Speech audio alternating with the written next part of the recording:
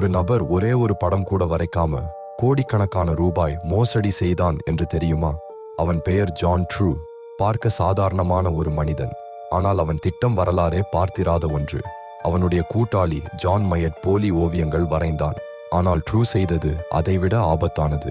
1980களில் இருந்தே அவன் லண்டனின் பெரிய மியூசியங்களில் நம்பிக்கை பெற்றான்.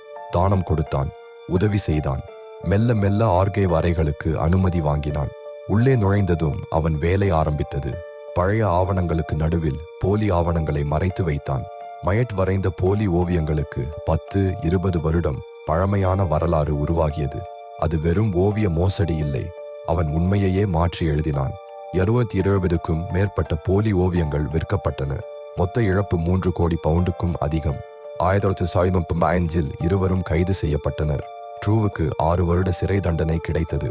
ஆனால் மியூசியம் ஆவணங்களில் அவன் திணித்த போலிகளை முழுமையாக அகற்றவே முடியவில்லை. அந்த சேதம் இன்றும் அப்படியே இருக்கிறது.